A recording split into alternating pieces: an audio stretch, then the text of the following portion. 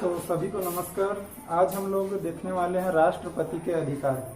तो हम लोग जैसे पिछले वीडियो में देखे थे राष्ट्रपति के जितने भी कुछ प्रावधान थे, आज हम लोग देखेंगे कि राष्ट्रपति की शक्तियां क्या है और उनके पास क्या क्या अधिकार है। हमारे भारत में जितने भी संवैधानिक जितने भी कार्य हैं या राष्ट्रपति को संवैधानिक प्रमुख कहा जाता है, तो आज देखते हैं कि हमें राष्ट्रपति को कितने सारे शक्तियाँ प्राप्त हैं।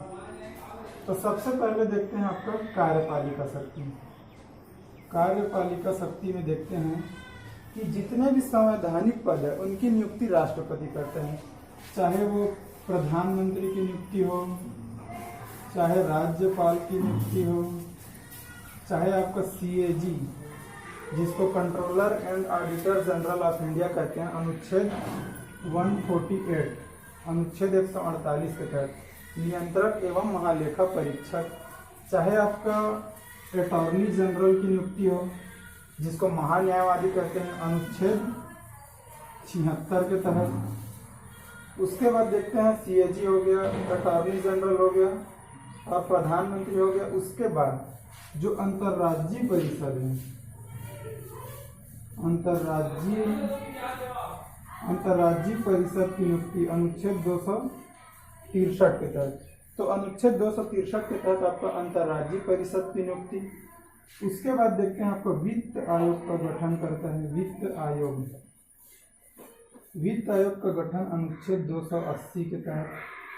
तो ये सारे प्रधानमंत्री, राज्यपाल, CAG, अटॉर्नी जनरल, अंतर्राज्यीय परिषद, वित्त आयोग, ये सारे आपका जो संवैधानिक पद है उनकी नियुक्ति करने का अधिकार आपका किसके पास है? राष्ट्रपति के पास है। तो हम लोग ये सब क्या देख रहे हैं? आपका राष्ट्रपति के अधिकार देख रहे हैं।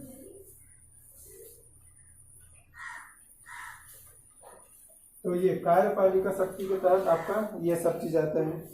उसके बाद आगे देखते हैं, आगे आपका देखते हैं विधायी शक्ति। विधायी शक्ति के तहत क्या आता है? तो विधायी शक्ति के तहत हम लोग देखते हैं कि जो लोकसभा होता है, लोकसभा हो, उसका आपका सत्रावसान करने का अधिकार हो, चाहे विघटन अधिकार करने का अधिकार हो, चाहे सत्र बुलाने का अधिकार हो, सब राष्ट्रपति के पास होते हैं। तो सबसे महत्वपूर्ण है अनुच्छेद आपका 85 के तहत आपका लोकसभा को भंग करने का अधिकार होता है, लोकसभा को विघटन करने का अधिकार होता है। यदि आपका चाहे राष्ट्रपति तो लोकसभा को विघटित कर सकते हैं। उसके बाद सत्रावसान हो, चाहे सत्र बुलाना हो, ये भी आपका विधायी कार्य के तहत आता है। इसके तहत एक महत्वपूर्ण कार्य है आपका अनुच्छेद 123 के तहत होता है आपका अध्यादेश जारी करने की शक्ति। अध्यादेश जारी करने की शक्ति, ये क्या होता है आपका अध्यादेश जारी करने की शक्ति?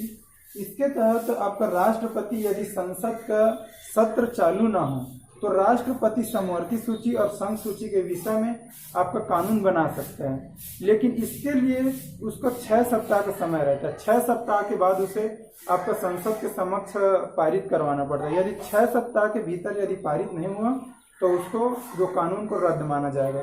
तो ये अध्यादेश जारी करने की शक्ति होती है राष्ट्रपति के पास। अगला शक्ति हम देखते हैं वित्तीय शक्ति।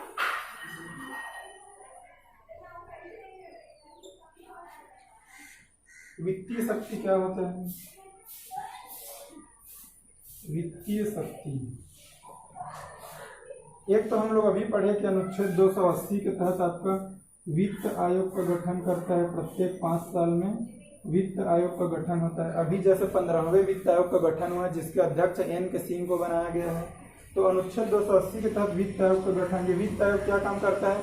जो राज्य और केंद्र के जितने भी कर प्राप्त होता है उसमें राज्यों का कितना हिस्सा होगा उसका निर्णय करने का अधिकार वित्त आयोग का होता है। तो वित्त आयोग का गठन राष्ट्रपति द्वारा किया जाता है।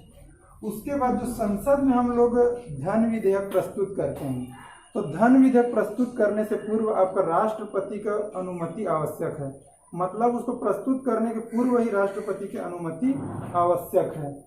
इसके तहत आपका धन विधेयक राज्यसभा में उनको सिर्फ 14 दिन रोकने का अधिकार है। धन विधेयक के संबंध में आपका लोकसभा का अधिकार ज्यादा है।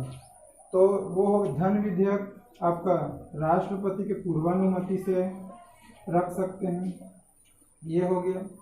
और एक महत्वपूर्ण है जो 356 हम लोग पढ़े थे, 356 के तहत जो वित्तीय आपात 360 अनुच्छेद 360 आपातकालीन उपबंध में पढ़े थे, जो वित्तीय आपात लगाने का अधिकार आपका राष्ट्रपति के पास है। तो हमारे देश में अभी तक वित्तीय आपात नहीं लगा है, लेकिन यदि वित्तीय आपात लगाने का अधिकार राष्ट्रपति के पास अनुच्छेद 360 के अधीन है। आगे आपका देखते हैं,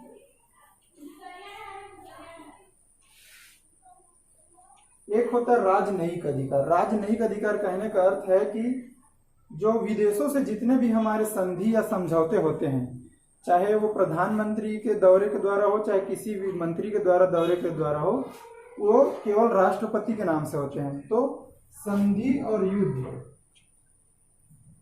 संधि या फिर युद्ध आपका राष्ट्रपति के नाम से होता है। तो संधि करना या युद्ध करना राष्ट्रपति के नाम से होता है, ये आता है राजनयिक शक्ति के अंतर्गत। उसके बाद देखते हैं आपका न्यायिक शक्ति। न्यायिक शक्ति के तहत क्या आता है, सबसे पहले सुप्रीम कोर्ट और हाई कोर्ट के जजों की नियुक्ति।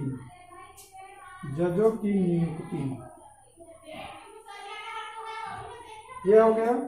सुप्रीम कोर्ट या फिर हाई कोर्ट के जजों की नियुक्ति कौन करता है, तो आपका राष्ट्रपति करता है। ये हो गया आपका न्यायिक नियुक्ति। तो न्यायिक अधिकार में आपका सबसे महत्वपूर्ण याद रखना है 143 अनुच्छेद 143 के तहत आपका सुप्रीम कोर्ट के जज से आपका परामर्श मांगने का अधिकार है। तो राष्ट्रपति है वो सुप्रीम कोर्ट के जज से परामर्श मांग सकता है। ऐसे परामर्श आपका स्वेच्छा से होता है। राष्ट्रपति यदि परामर्श मांगे तो जज भी परामर्श देने के लिए बाध्य नहीं है, और यदि जज परामर्श दे दे तो राष्ट्रपति उस परामर्श को मानने के लिए बाध्य नहीं है। तो इस प्रकार हमको ये 143 अनुच्छेद याद रखना है। राष्ट्रपति का सुप्रीम कोर्ट से परामर्श मांगने के अधिकार है आपका न्यायिक शक्ति के तहत। ये हो गया आपका न्यायिक शक्ति। उसके बाद एक देखते हैं स्वविवेक की शक्ति। तो स्वविवेक की शक्ति के अंतर्गत सबसे पहला आता है, यदि लोकसभा का चुनाव हुआ और यदि उसमें किसी भी दल को बहुमत प्राप्त नहीं हुआ, तो राष्ट्रपति अपने विवेक के अनुसार, यदि राष्ट्रपति को लगता है कि कोई भी दल या कोई भी व्यक्ति बहुमत साबित करने के योग्य है, तो वो अपने स्वविवेक से वो किसी भी दल या व्यक्ति को सरकार बनाने के लिए आमंत्रित कर सकता है। तो ये है आपका राष्ट्रपति की स्वविवेक की शक्ति। तो जब किसी भी दल को बहुमत प्राप्त ना हो तो राष्ट्रपति अपने विवेक से किसी भी दल या व्यक्ति को सरकार बनाने के लिए आमंत्रित करता है। यह राष्ट्रपति के स्वविवेक की शक्ति के तहत आता है। वो हो गया पहला। दूसरा क्या है जो हम लोग अभी पढ़े, अनुच्छेद 85 के तहत लोकसभा को भंग करने की शक्ति। लोकसभा भंग करने की शक्ति। तो राष्ट्रपति को यदि लगता है कि अभी जो वर्तमान सरकार है वो बहुमत खो चुकी है, तो ये है आपका लोकसभा को भंग कर सकता है। लेकिन बाद में इसमें जोड़ा गया कि लोकसभा भंग तभी किया जा सकता है जब मंत्रिपरिषद की लिखित सूचना दिया जाए। मंत्रिपरिषद यदि लिखित रूप से दे राष्ट्रपति को तो लोकसभा को भंग किया जा सकता है राष्ट्रपति के द्वारा अनुच्छेद 85 के तहत। अब आगे देखते हैं हम लोग, एक सैन्य शक्ति होता है। तो सैन्य शक्ति क्या होता है? सैन्य शक्ति कहने का तात्पर्य है कि राष्ट्रपति तीनों सेनाओं का प्रमुख होता है। तीनों सेनाओं का प्रमुख होते हैं, मतलब राष्ट्रपति तीनों सेनाओं का सेनाधिपति होता है। तो आपका थल सेना, जल सेना, वायु सेना, जितने भी सेना है उन तीनों सेनाओं का प्रमुख कौन होता है? राष्ट्रपति होता है। अगला देखते हैं आपातकालीन शक्ति। आपातकालीन शक्ति क्या है? आपातकालीन शक्ति के तहत आपका 352, 356 और 360 आते हैं। 352 के तहत हम लोग पढ़े थे युद्ध या बाह्य आक्रमण। युद्ध या बाह्य आक्रमण युद्ध के समय जो आपातकाल लगता है वो अनुच्छेद 352 के तहत लगता है। और राज्यों में जो राष्ट्रपति शासन लगता है, राष्ट्रपति शासन लगता है अनुच्छेद 356 के तहत, ये भी राष्ट्रपति द्वारा लगाया जाता है। और हम लोग अभी देखें वित्तीय शक्ति में आपका 360 के तहत वित्तीय आपात की घोषणा कर सकता है। तो ये हो गया 3 प्रकार के आपातकालीन शक्ति, अनुच्छेद 352, 356 और 360। एक देखते हैं वीटो शक्ति। तो वीटो शक्ति क्या होता है? एक होता है अत्यंतिक वीटो, अत्यंतिक वीटो। दूसरा होता है निलंबनकारी वीटो, निलंबनकारी वीटो। और तीसरा होता है आपका जेबी, या इसी को बोलते हैं पॉकेट वीटो। तो ये 3 प्रकार के वीटो शक्ति होता है, अत्यंतिक वीटो, निलंबनकारी वीटो, जेबी वीटो।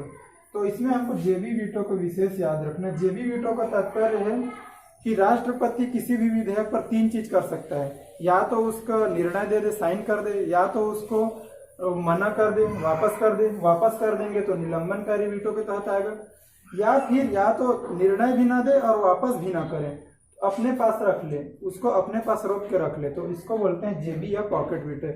ये आपका 1985 में ज्ञानी जैल सिंह के द्वारा किया गया था। राष्ट्रपति ज्ञानी जैल सिंह द्वारा उपयोग किया गया था। यह है आपका जेबी या पॉकेट वीटो। तो ये हो गया आपका राष्ट्रपति के अधिकार। राष्ट्रपति के अधिकार में हम लोग देखें कार्यपालिका शक्ति, विधायी शक्ति, न्यायिक शक्ति, वित्तीय अधिकार, आपका आपातकालीन उपबंध और वीटो पावर, चाहे वो स्वविवेक की शक्ति हो, ये सभी शक्ति को हम लोग राष्ट्रपति की शक्तियों को बांट के पढ़ सकते हैं। तो ये आपका कंप्लीट आपका राष्ट्रपति